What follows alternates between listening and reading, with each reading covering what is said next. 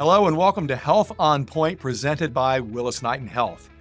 We're tackling a topic in this episode that affects millions of people, often silently, sometimes without warning. It's metabolic disease. From obesity and insulin resistance to fatty liver disease, diabetes, hormonal imbalances, these conditions are more connected than many people realize, and they're reshaping healthcare across the country. Our guest today is an internal medicine specialist who is medical director of the Willis Knighton Metabolic Disease and Obesity Clinic, Dr. Maurie Patterson. Thank you for being with us. It's a pleasure. So, can you explain what metabolic disease is? Metabolism is basically how we take in food and convert it into energy, how our bodies convert it into energy. And a metabolic disease is when there's a problem in those pathways.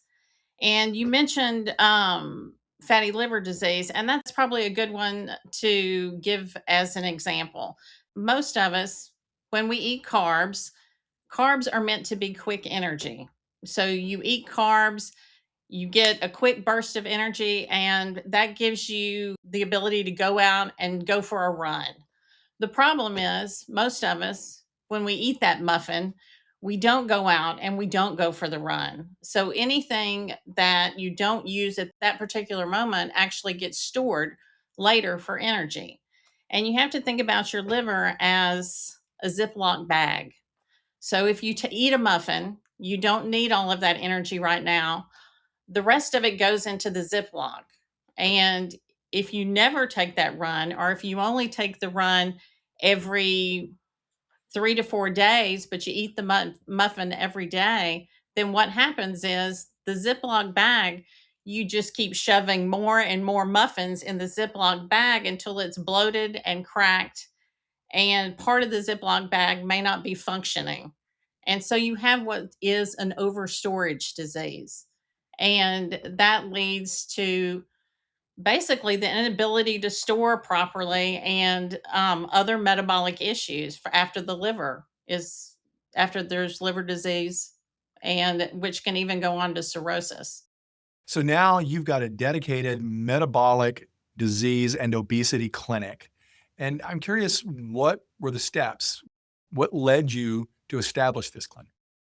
Obesity right now is a huge area of research, and there's so many treatments coming out, and it's really becoming more and more clear that obesity is not a symptom, it's not a cosmetic issue, that it's a chronic disease. And in order to treat a chronic disease, you really need to attack all of the issues that lead to that disease, both physical, mental, environmental, and also medical therapy. It's really so that we could give a more holistic approach to the treatment, with the hope that you get better treatment outcomes. Obesity is a word that captures people's attention. And I guess there are different ways to define it, but clinically, it's pretty clear how to define it. How do you define obesity? It's not as clear as you would think. I mean, right now we're using BMI as our main way to define obesity, but it's very different depending on your muscle mass. And for that reason, in the obesity clinic, we actually use body composition as the main way we diagnose obesity because, well, in training, they always give the example. If you compare, I don't know if you remember Tim Tebow, the football player, but if you compare Tim Tebow and Donald Trump, both of them have the same BMI. And obviously, they don't look the same. And so, the more muscle mass you have, the higher your BMI. And it doesn't necessarily mean that you're obese. The goal is to improve your body composition because you don't want to just focus on losing weight because then you end up without the other benefits of weight loss, the health benefits. I don't think anybody would think of Tim Tebow as, I hate to use this word, but here it is, fat, right? So when people Exactly. think of obesity, the average person thinks of someone who's simply overweight. And a lot of people are harshly judgmental of that. They think it's about willpower and about just being disciplined and losing that weight, but that's not always the case. Historically, we've looked at obesity more as a symptom of other issues, whether someone's compensating for depression, anxiety, and their emotional eating, and it leads to obesity, or whether it's someone's inactive and it leads to obesity. But the problem with obesity is that there are actually genetic components that contribute to obesity. Your ability to store and process food is inherited to a large degree.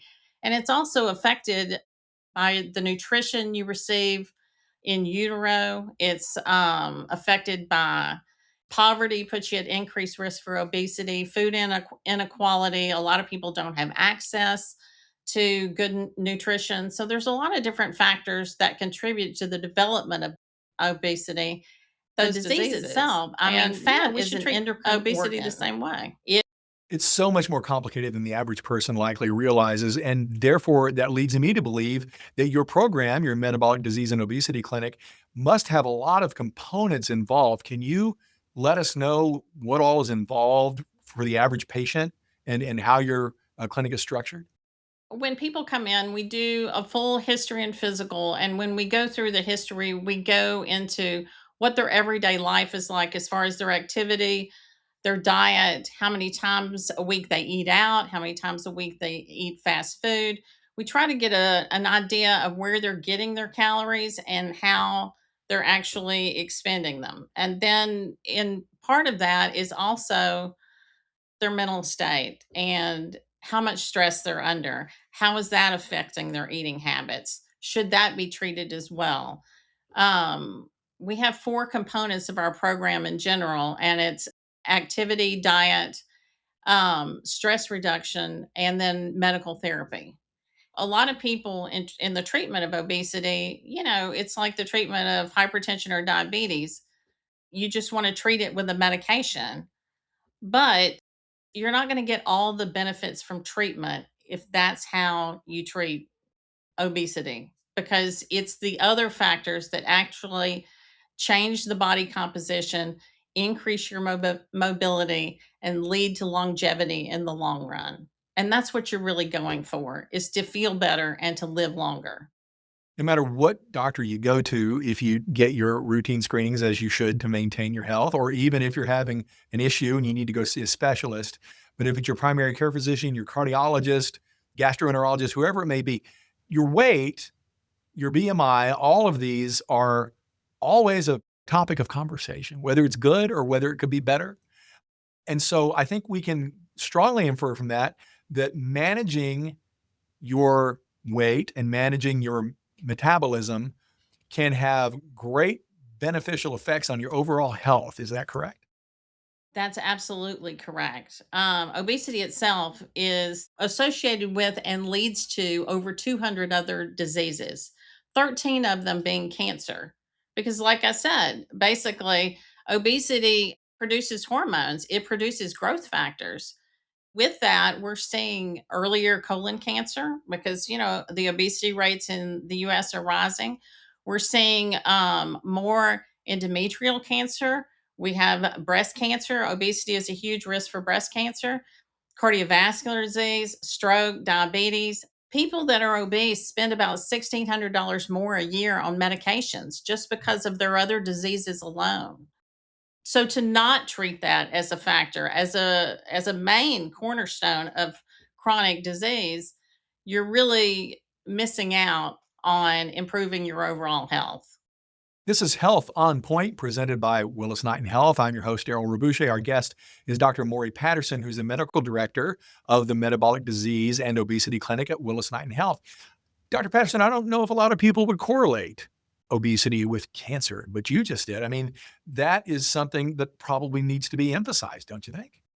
A lot of people that have had estrogen sensitive cancers, I mean, they have come out with studies where if you lower your BMI by 5, if you go from like a BMI of 35 to 30, then it decreases your chance of cancer recurrence by a lot. And so, I mean, it's never too late. It's never too late to address your weight. And, you can prevent future adverse diseases and also improve your health outcomes for the diseases that you already have.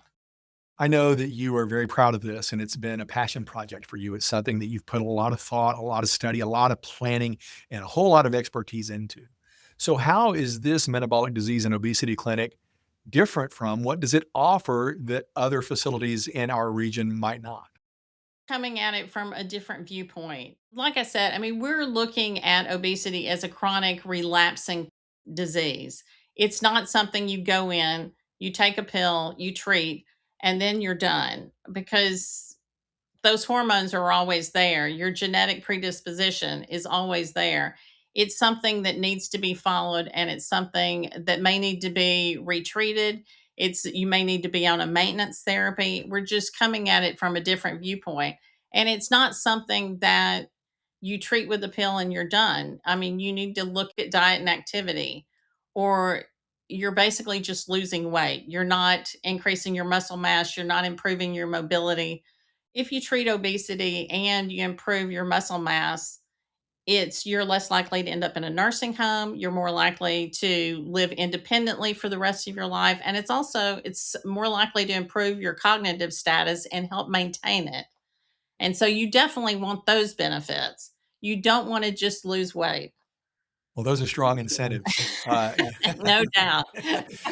You are board certified in obesity medicine. What does that really mean, and how does that work to the patient's advantage to have someone like you who is board certified available? It basically means that we have a special interest in obesity as a chronic disease. It changes the focus in how we treat it. So it's not just a weight loss clinic, it's more looking at each patient is treated individually, and you're looking at what are their other comorbid diagnoses that are associated with their obesity that may be preventing them from losing weight. It's a more global approach.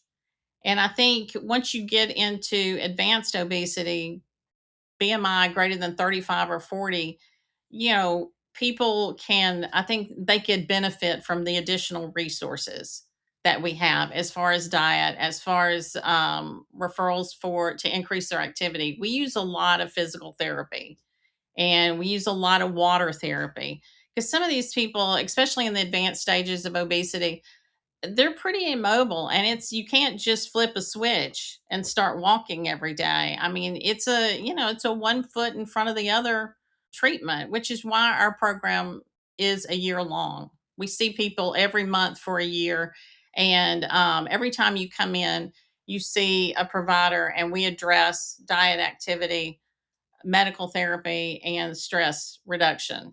Because people backslide, life happens. And eating is a coping mechanism. So it's something that, it takes a while to develop good habits and to address the underlying physical issues as well. I'm an expert in eating as a coping mechanism. I can assure you Sure. of that. Aren't we all? Aren't You know, we you you all? you talked about carbs, and I know nutrition counseling and all of that, but there's so much of this bundle, intake of protein, preservation of muscle. I think you touched on that people lose weight, but they need to not just lose the weight, they need to be careful that they're losing weight in the right ways, in the right places. All of these things roll together in the year-long or more treatment plan. That's why we use the body composition, because everyone, as they lose weight, loses a certain amount of muscle mass. But as we age, our muscle quality is not the same. Muscles become stranded with fat as we age. And so the muscle quality is not as good as when you were 20. So you don't have as much leeway to play around with. And so you definitely don't want to lose that muscle mass, because then you just end up as a thin, frail adult, and that doesn't get you anywhere. And so we want to lose it in the right way, and you want to maintain that muscle mass. And every 2 months we do an in-body composition exam to see basically where you are, and to see how much fat you're losing, how much of your weight is muscle mass, and we adjust your diet accordingly. And so with that, I mean, we push the protein intake, because you want to preserve as much muscle mass as you can, because then when you get done losing weight, you're burning more calories at rest, which is what you want. Otherwise, it puts you at increased risk to regain it. Is there protein in those muffins you talked about at the beginning? We can definitely get you some protein muffins. Okay, I need We can get you resources here in Shreveport that make fantastic protein muffins. good to know. I'm gonna take you up on that. Yeah, I think a lot of people get down to basics for some things, you talk about losing weight and doing it in the right way, but also this could get expensive. I mean, how do you help people navigate affording your services? Our appointments are all charged through your insurance. So insurance covers all of our appointments. So it really comes down to medical therapy and what does your insurance pay for? I mean, everyone, everything online is about the GLP-1s, and they are great medications. But, there are 20 different medications that can assist with weight loss, and we use a combination of all of them. Some of them obviously are much cheaper than others. The GLP-1s, this field is evolving and the cost is also evolving. And they're about to come out with a plan for patients with Medicare Part D where they're going to be able to get GLP-1s for $50 a month, which is going to be huge for Medicare patients. But there's a lot of people that aren't on Medicare that are still struggling to have access to this. And I think a lot of this is because insurance companies have kind of been allowed to see this as more of a cosmetic issue or a symptom of another disease instead of a chronic disease. And I definitely don't think that they understand that this is really the cornerstone of other chronic diseases. And if you want to make headway with diabetes, hypertension, cardiovascular disease, you're going to have to treat obesity too. I think the prices will continue to come down.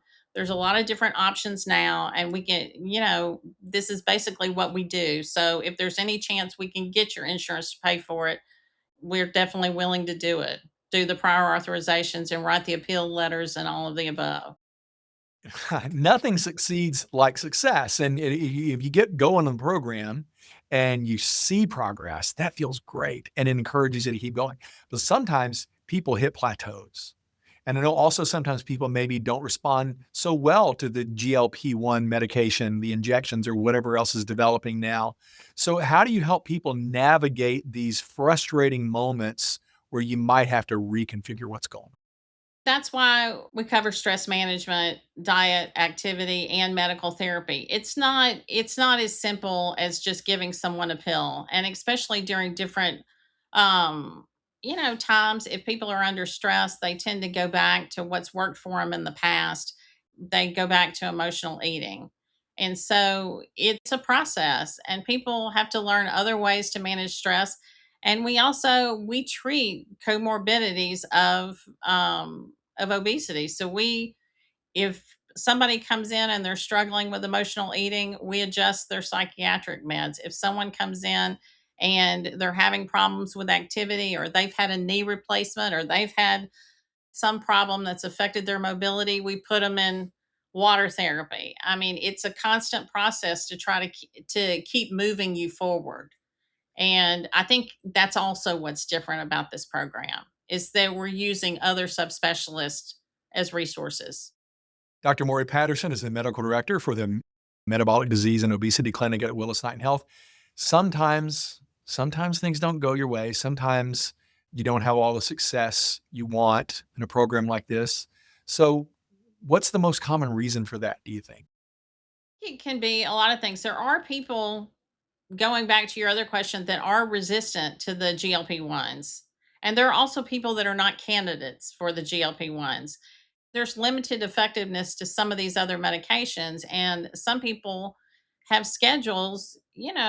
I mean, some people are, a mother of three that's working two jobs and going to school at night, and it doesn't mean you don't work on your health, but it may not be the best time to be losing a lot of weight. But that doesn't mean that you can't do everything you can to keep from gaining any more weight until you get in a place where you can focus on it.